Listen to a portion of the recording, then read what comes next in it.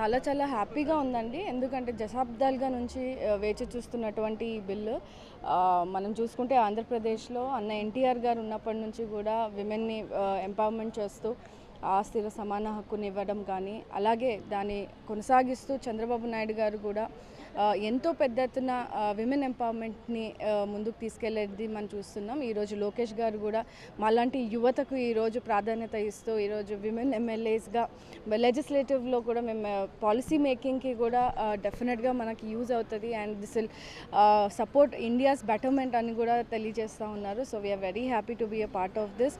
లోకేష్ గారు ఇంత పెద్ద ఎత్తున మా అందరికీ అరేంజ్మెంట్స్ చేస్తారు. ఈరోజు ఆంధ్రప్రదేశ్ నుంచి కూడా 33% బిల్లు ఒకటే ఇవాళ లేదనుకోవచ్చు మనం, కానీ ఆంధ్రప్రదేశ్లో ఆల్రెడీ ఇంప్లిమెంట్ చేస్తూనే ముందుకు వస్తున్నాము. సో డెఫినెట్గా ఈ గవర్నెన్స్ అనేది చేంజ్ అవుతుంది.